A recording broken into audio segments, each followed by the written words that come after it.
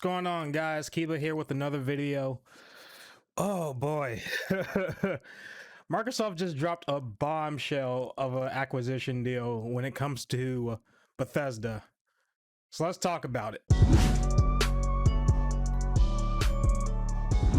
Okay, before we get this video started, I do want to let everyone know that I stream on Twitch. Check out that link down below in the description. I'll see you there. So Microsoft has bought Bethesda and a $7.5 billion deal. Billion with the B. It's a huge deal, and we're going to talk about what that means for the future of gaming and how PlayStation could react to this. So earlier this morning, Microsoft acquired ZeniMax, Bethesda's parent company, for $7.5 billion, which is a huge deal, especially for the Xbox, as you all know. Now, Bethesda owns games like Fallout, The Elder Scrolls, Doom, Rage, Evil Within. I'm probably missing some things, but they own quite a bit of material. Even those exclusive PlayStation 5 timed exclusives, Deathloop and Ghostwire, are Bethesda games. Now, this article from The Verge clearly states Microsoft will honor PlayStation 5 exclusives, but future console releases will be case by case. And essentially what that means is that the current dealings that Bethesda has with studios like Sony, they're already going to honor those. So Deathloop, Ghostwire Tokyo, those will remain PlayStation timed exclusives, but going forward, it looks like Microsoft might keep those in-house. But as most of you already know, you make a lot more money off selling software than you ever will selling hardware, such as consoles, controllers, things like that. So I don't think Microsoft is going to keep all of Bethesda's games strictly for the Xbox and PC. But this is a fantastic win for gamers altogether. Not only does Sony have to respond to this with something else major, but if you're a PC gamer, this is great news. If you're an Xbox gamer, this is even better news, especially now that xCloud is in public beta. I'm not sure if it's in public beta or if it's been fully released to everyone to use, but I know right now if you have an Android device, you can use xCloud on that device and play any game that is available on Game Pass through the internet without having to download anything. You can play it on your phone, you can play it on your tablet. I'm not sure about the PC side of things as of yet. If Sony does want to get those Bethesda games on a console, just like the new Elder Scrolls that's coming out, there's another game that escapes.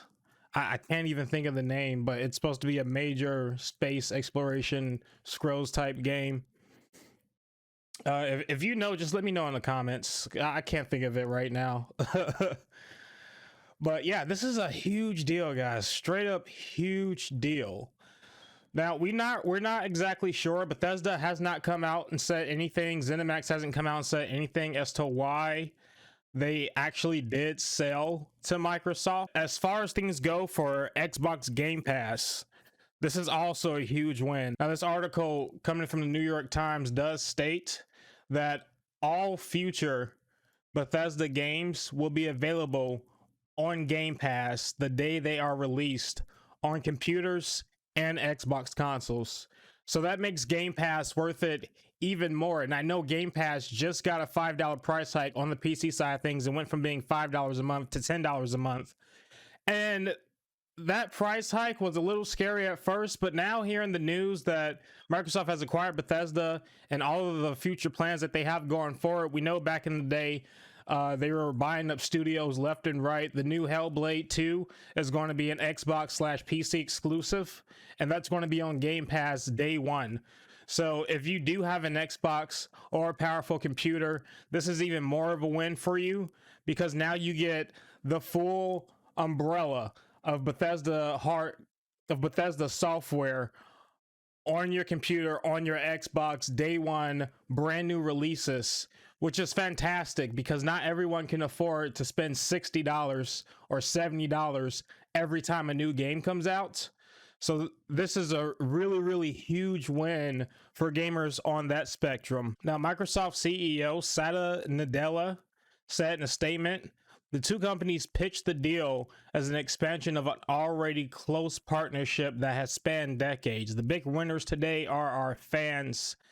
Our games can only get better. And I 100% agree with that, especially with xCloud and the Xbox Series S being $300, $100 cheaper than either of PlayStation's either of PlayStation 5 offerings. This is going to be a huge deal for anyone looking into getting into gaming.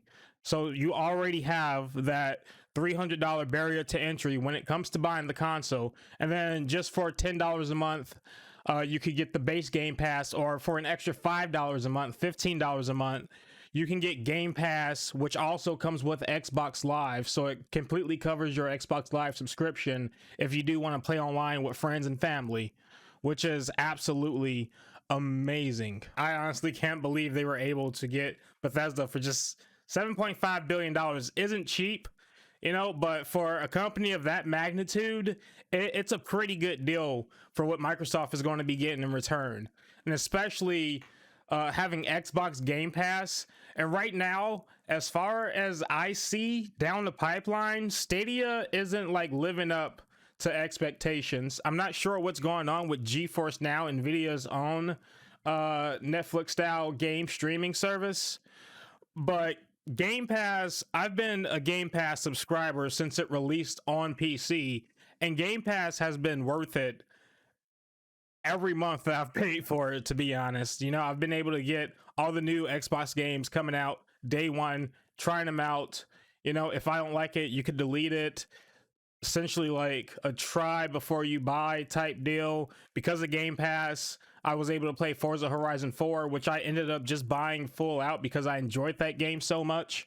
So this is a massive deal for me and a lot of gamers. Now for Sony to actually come back, what a lot of people are saying is that they should just straight up buy Konami. I'm not sure if they'll actually listen to that, but if Sony did buy Konami, they would get access to a lot of franchises such as Metal Gear Solid, which is a huge hit.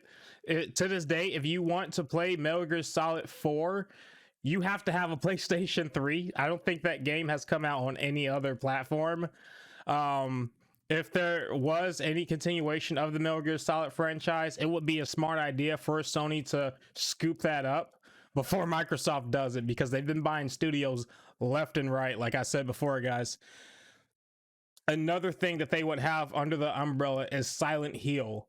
So if we finally ever did get a sequel to Silent Hill, or finally did get that Silent Hills game with Guillermo del Toro, Hideo Kojima, and Norman Reedus from The Walking Dead, that would be a massive win for Sony as well to have that under their umbrella. So yeah, going forward, it's so hard to see what's gonna happen, like whether or not PlayStation gamers are going to be able to play future titles like a new Doom game, for instance. Doom is also a massive Bethesda hit, so Microsoft having that on an umbrella is amazing. They came out with Doom 2016, one of the best reboots of a franchise that I've ever seen. Doom Eternal was another great hit coming right after Doom 2016, which is really hard to make a sequel that's just as good as the original, if not better. So yeah, and like this article from the New York Times states, this acquisition is not only just a huge deal for Xbox, but it's also a huge deal for Sony, and it's really going to put a lot of pressure on them to start spending money and making deals left and right.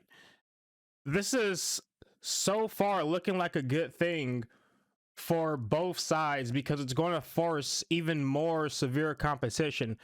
I have seen that there are some people out there that are actually angry about this, saying Microsoft is creating monopolies, they're buying up way too many studios, they don't want to have to shell out money for an Xbox or for a PC to play the new Fallout or the new Elder Scrolls. There also have been talks in the works that the creators of the Outer Worlds, Obsidian Games, is going to be making Fallout New Vegas 2, which is a huge deal for a lot of people. And if that's going to be an Xbox/PC Game Pass exclusive, that's going to put a huge dent in Sony's lead that they already have.